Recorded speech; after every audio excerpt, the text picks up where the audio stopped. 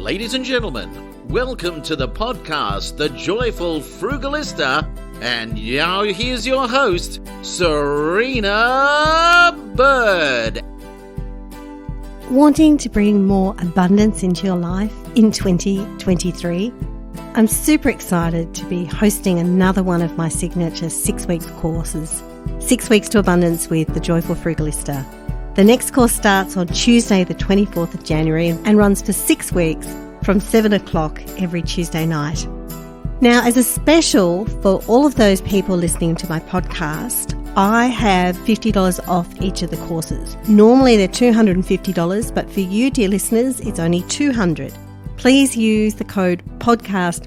Yuma Frugalistas, and welcome. Today I have a special guest, and of course all of my guests are special. But today I'm talking with someone who I've already been laughing with, and I had no idea I was going to have so much fun talking with her, but I should have, based on the title of her books. And we are really going to be talking about money education and communication. But first, I have a favour to ask of you. If you enjoy this podcast and find it useful for you, please pay it forward and share it with a friend. And even better, please follow the Joyful Frugalista podcast and join the Joyful Frugalista Facebook group. Vanessa Stoykov is on a mission to help Australians get real about money. She's owned her financial services education-focused media business, Evolution Media Group, for 22 years. She's also founder of NMP Education, an award-winning television producer and author of 2 books, The Breakfast Club for 40-somethings and her latest book, which has just been released, 5 Conversations About Money. And we're going to talk all today about values about money, about education about money, about inheritances, relationships, money, and I don't know, Vanessa, what else would you like to talk about? Name it, it's coming up. We were talking about Disneyland before. You never know where we're going to go today. Let's get into it. Well, welcome, Vanessa, and let's start talking Disney. We do want to talk about your career as well, but let's talk Disney. This came up because I've just come back from FinCon, which was at Orlando, Florida, and we were just up the road from Disney World. And a bit controversially, my husband and I opted not to go to Disney. And this is actually the 50th anniversary of the founding of Disney World in Orlando and the 100th anniversary of the founding of Disney. So it's kind of a big Disney year. Do you dig Disney? I'm shaking my head as you're telling me all this. I'm like, I would die. I've never been to Orlando Disney, but I cannot believe this is when you told me we're not really Disneyland people. And I was like, what? Who's a Disneyland person?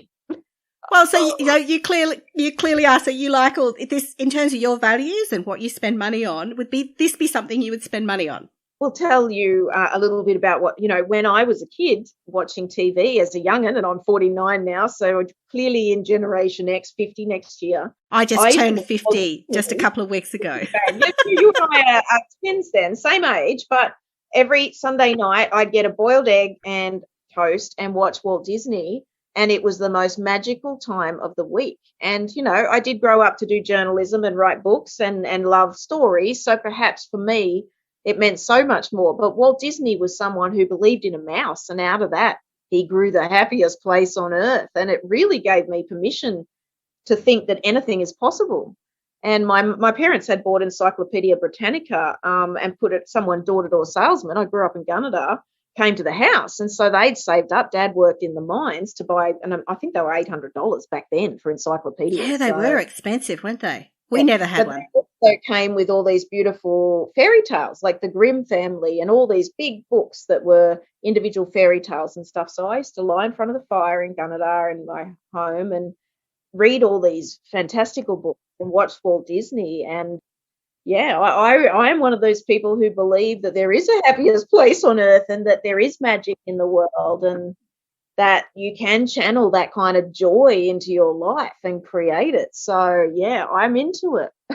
Well, when you wish upon a star, and this is no judgment, like I said, it just didn't sort of fit our values or what we went there for. Well, I mean, you're running a podcast called The Joyful Frugalista, so I'm guessing you may be more frugal than me, but good on you for it because you've been doing this a long time, a lot longer than most, and you've really cut through. Well, I go skiing, and that's not frugal, but we do that because it's a family holiday time, and we do other things that aren't frugal, but it's just a matter of your values and what you really value. And I'm really glad we had this conversation, because we've just put out a podcast where we did talk about the fact we didn't go to Disney, and I know some people do have some strong views on that. But like I said, I don't judge people about what they spend their money on, but you're a money educator, and I'm sure you've got views on this. But it's about being clear about what your values are, like what the things are that you do value, that you want to spend your money on, and then budgeting for that and then making that happen. You know what? But you hit the nail on the head then by saying being really clear about what your values are. And, I don't think they teach us that at school. Like, you don't go to school and they go, now that you're through the HSC, because I've got my second son going through the HSC, the first one did it last year, what are your values as a person? And it took me a long time. I mean, obviously family is my first value. I grew up, my dad, Serbian immigrant, Europeans are very into family. My mother, very loving and close family. So family is important to me. Freedom is important to me. I've worked for myself since I was 26. I just hate being told what to do. And creativity and, storytelling, creation. So I have to have a business where I am able to create a limited podcast series, or that's a scripted narrative with an award-winning producer, like things that I go, I'd love to create that and see if it'll work and people will respond to it. I've been able to do, and that's a privilege. And that's also because my first job as a journalist was at Investor Weekly magazine, and I quickly took like a duck to water to financial services because it paid so much and it was so fancy and beautiful. The offices, the people were smart. People were polite. Like, I actually just fell in love with the whole thing at 21 in my first journalism job. And so have spent a life really trying to show people how beautiful these people are, but they're just shit communicators. I mean, not all of them. That's unrealistic, but a lot of them, a lot of the high-end institutional investment managers, financial advisors at that level, like I've met people who are quite a few billionaires, but people who just the way they think is just incredible. The brain that they have, like that they were gifted with, is just such a unique thing that I love that. I find I love being around it. It's not me. My skill is talking, you may have guessed, or storytelling. I'm not smart like that. So I never went into finance going, I'm going to invest all my money and get rich. I created a communications business when I was 26 with 14 grand and spent 10 of it on the launch party. But I had like smoke machines, lasers, like my brother was throwing down purple cocktails. It sounds fantastic. I invited everyone from finance to it because I'd been a journalist at 21. And then Greg had to retrench me, my first boss, Greg Bright, because he couldn't afford the 26 grand I was on. And so then I went and worked for a fund manager, a guy called Liam Nichols, and I'll never forget, took me to level 41 at the age of 22, and I ordered steak tartare done medium. And the waiter was just like, do you know what steak tartare is? I didn't know. And then when they told me it was raw meat, I was like, what? Like, I come from beef country in Canada. Who the hell's eating raw meat? People on the 42nd floor, obviously. Level 41, baby. And it used to be where Alan Bond's office was, and there was a glass bathroom, and the men could go and piss on the city, like on the wall. So it was like a real show-off place. Obviously, I went into the ladies, which was equally spectacular, but with not that feature. And I was like, wow. And he said, whatever you're on, I'll double it. And I was like, oh, I don't know. I'm on 30 grand. I was on 26. And he goes, done. And I was like, so then I was on 60 grand to be a business development person for Zurich Insurance in the investment side. And I couldn't believe it. I doubled my money like that. And then wow. I got another offer when I was 25 from a lady called Uma Sinanacone, rang me from Equity Link and said, you've been recommended to me.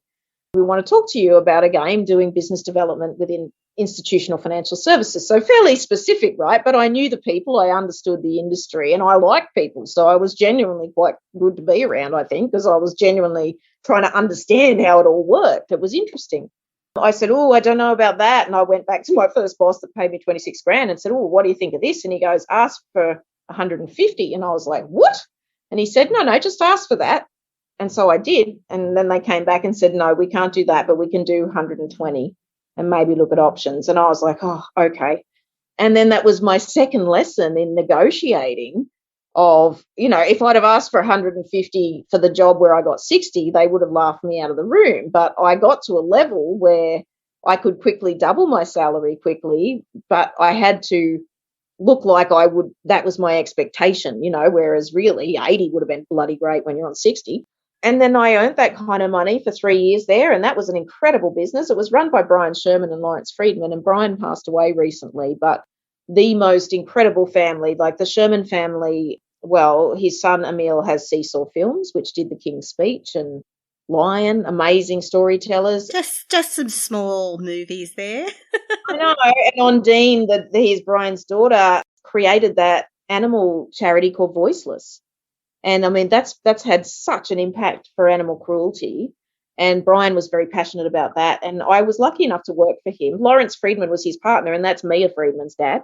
This firm was owned by two very charismatic South African guys who I was being paid a lot of money to go and sell their investment funds. But there was all original art because Jean Sherman owns Sherman Galleries, and she's one of the foremost art experts in Sydney. I'm walking around this office where you'd think it was a rock, but it'd be like some priceless art, and I'd be like, oh.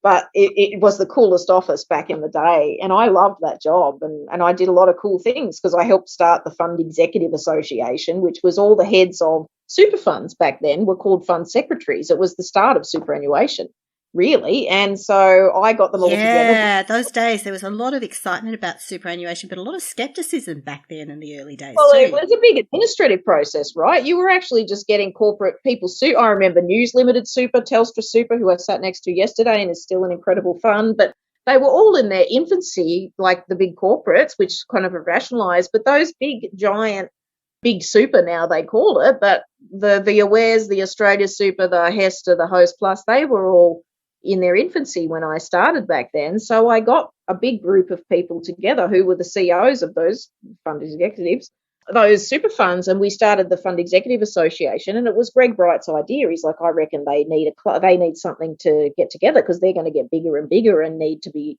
sharing experiences with each other.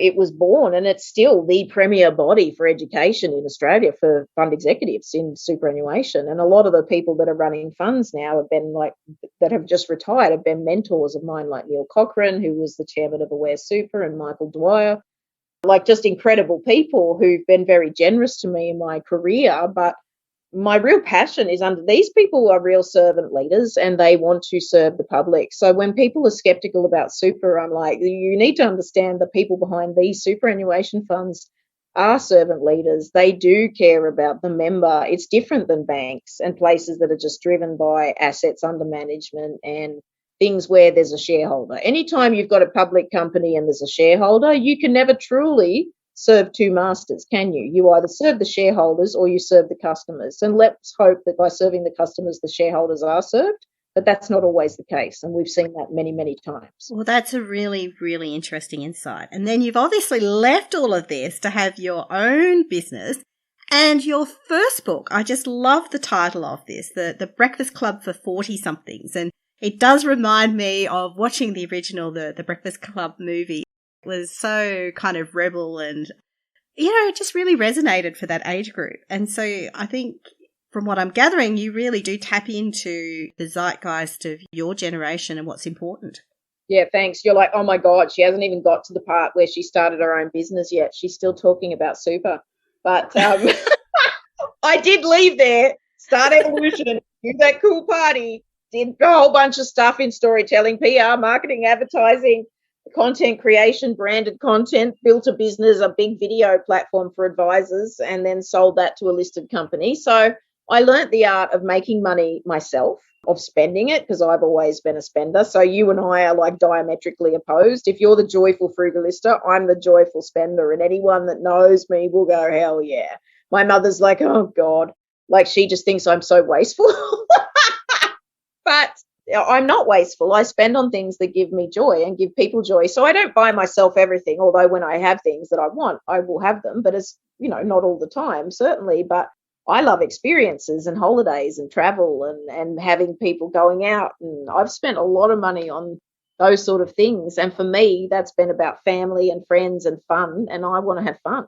So it's been a good investment for me. But I've also put money into super, make no mistake, because I understand how good that industry is. So my husband and I have a very good super balance, because even though we've owned our own business for 23 years now, we've put super in. And he came and he worked in advertising. And when we had our first son, came and worked at Evolution with me, and we hired a nanny on staff back then, and we had amazing staff. We had about 12 staff in Neutral Bay, and we had a room out the back where the kids with the two boys, because Sebastian and Connor are 14 months apart, went. And then Harry's like much later, 7 years after, I think the third one, I was told by a clairvoyant I was having a daughter in New York, and I'm like, woo, get on it, Woody. 2 minutes later, I was like having a baby, and it was another boy, and I'm like, And not in New York. yeah. I was like, you lied. I always blame my cousin for that, because she took me. She was living in New York at the time. She took me to that clairvoyant. It's funny because she ended up having a little girl, and I had Harry, who I could never give up. Harry is like exceptional. And now next week, I think we're all going to Dua Lipa, and my cousin and I, and those two. So our kids are old enough now. We took our kids to work, and we worked together, and we paid the nanny a salary of 70 grand. But that was one of the costs. I could have had that money go home, but I didn't want to, because I needed to work and I wanted to work, and I loved them being in that. So for us, our kids have always been in our work, in our life, it hasn't been about them first and work, and that's made all the difference. I can imagine. Why are you so passionate about finance education? What has brought you to really feel the need to educate to people, particularly women, about money? I can honestly say that because I guess I have sons and a husband and a male cat, and and my father was my greatest love, and that's a whole nother story. But I really advocate for men having financial skills, and I think men are really struggling trying to define their role now. So when people say to me, particularly women, it's like, I love the sisterhood. Like, honestly, the sisterhood needs to be set free, and is happening. I do believe it's happening. I know a lot of women at C-suite, it's not happening yet, but there is going to be equality, and things are changing. It's just a matter of time. But let's not forget the other side of the equation in that, because why I wrote the first book was to show that everyone's life can look shiny on the outside. It was a play on the Breakfast Club, and back then, I would have gone with Judd Nelson. I would have been the guy giving the tour. And now he was pretty hot. The nerd, for Christ's sake, the nerd would have made the money. See, that's the difference between being 17 and 50, is that you realise that guy with the earring probably wasn't going to have a great career. Back then, what you wanted was for everyone to be seen and not be defined by where you came from. And now I think we're at a stage where social media makes it look like people's lives are so good, because we're capturing those tiny moments. And I'm the worst, because I take a lot of photos, right? I'm a storyteller. So I take my family, like, oh my God, but my family is so documented for years now. It's been crazy. I can show on Instagram that everything about my life is incredible. And you would think I'd never had a bad moment, but that's not true. I've had heaps of bad moments. And what I want people to really think about is, are they happy in themselves now? And is money affecting that? Because I came up with a methodology after talking about money, making shows about money, running TV shows, like you name it, I've done it over 23 years.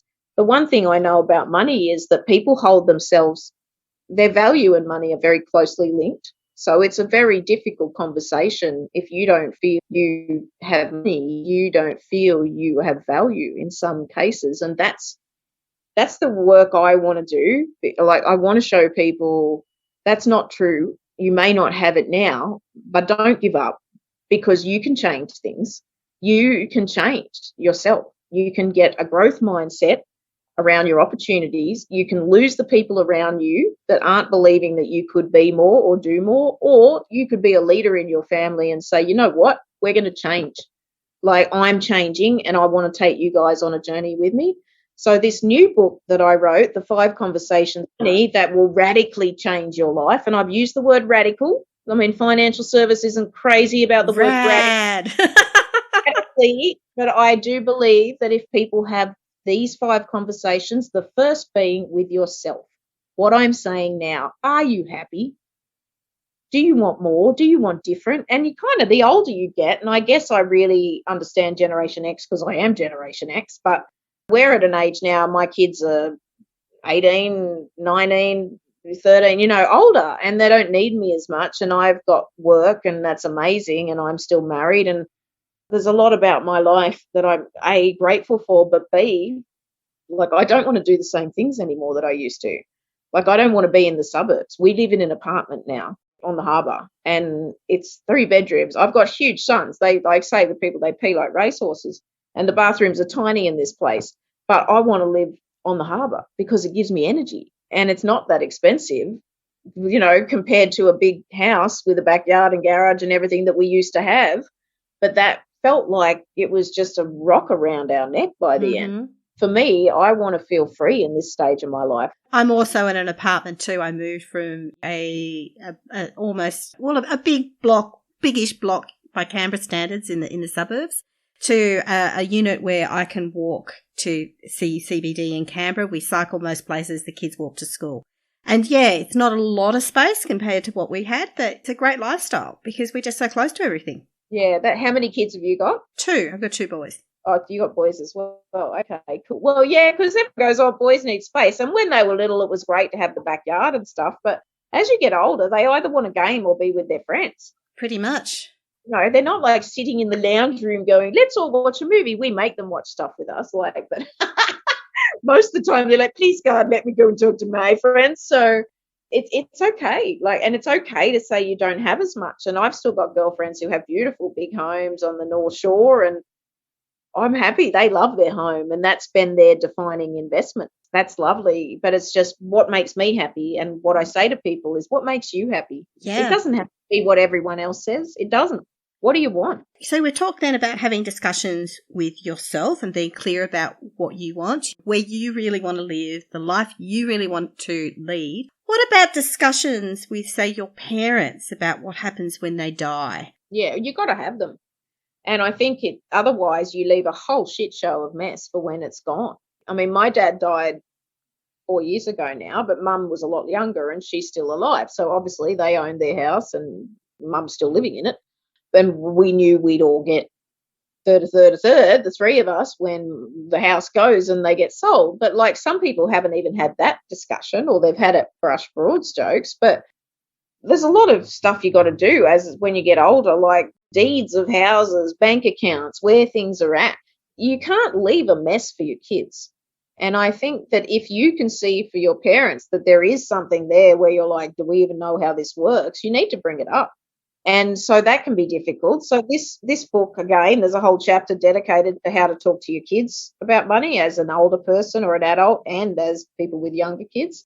Also how to talk to your parents and your siblings. And I talk through a process with people, whoever wants to have the conversation. And I hope it's the person who's got something to leave, the inheritance, who then says, I'm saying call a meeting, even if it's everyone on Zoom or everyone there. You'd love people to be in the room, but reality is it's hard to do when there's a lot of family involved. But make sure it's enough in the distance where there is time, and then set an agenda. What do you want to say? What's your legacy? What do you want to leave behind? What do you want people to think about when they think about your contribution? Because you know what? That's super important to define. What are we here for if we're not here to leave the place a bit better than we found it? And so why wouldn't you want to define that and talk about that with your family and give them the opportunity to realise their family legacy and what other possibilities that could be done?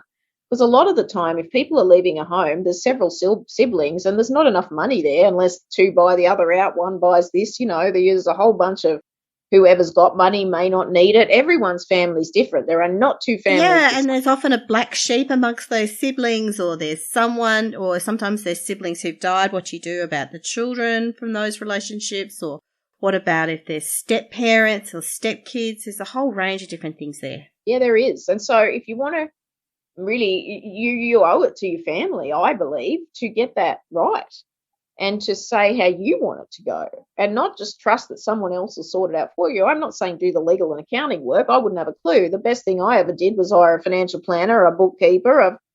I've got a financial controller, and I pay a great accountant. I've never quibbled on paying financial advice because I know I don't have the skills. I just know that about me. So I need the best people in my world to make sure that I'm compliant and that I'm doing all the things that I need to do. You need to get yourself good advice. If not with your accountant and financial advisor, someone you trust. Yeah, exactly. Now, Vanessa, I have one final question, which is, do you have a Frugalista tip to share?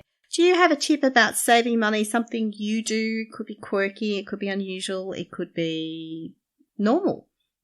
Oh, there's so many. I mean, I'm a huge collector of Flybuys points and loyalty points. So I would say, I mean, literally, I've gotten so many. I got my coffee machine off Flybuys. Wow. So many, just by hooking up your groceries, and I do my groceries online.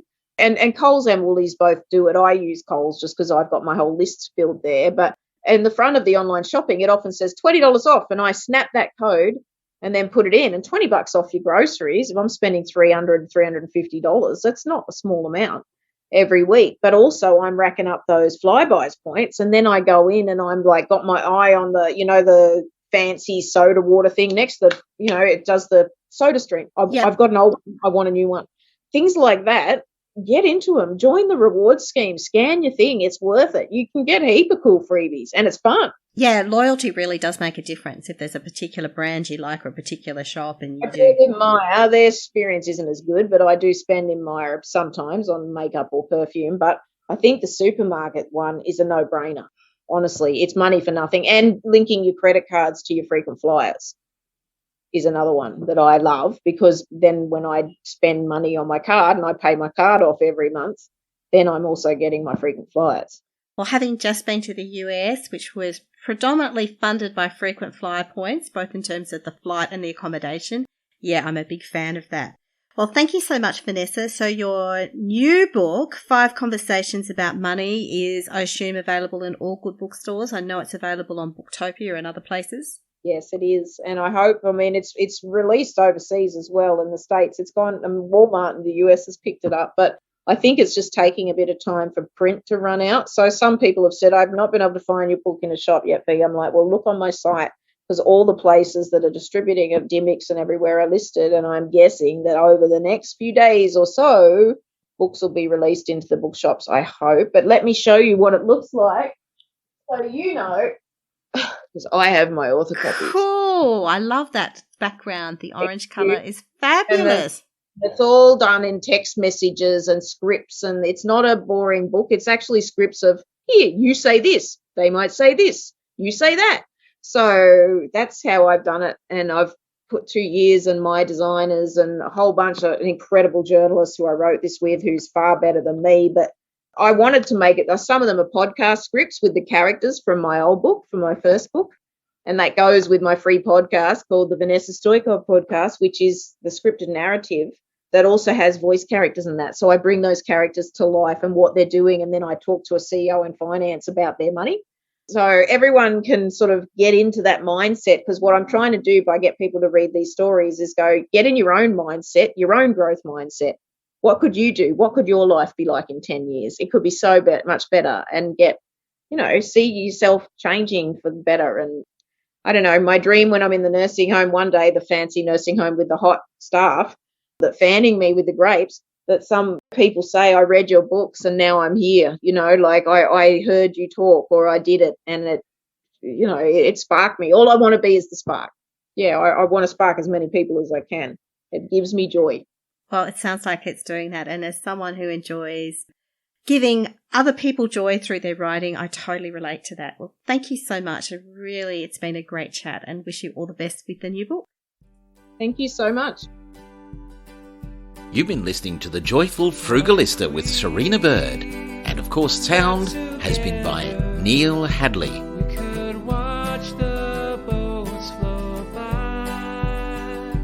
You could talk, and I would listen. I would understand your mind. Oh, I long to be with you, walking toward the sea, and the times when I'm lonely, you could be the one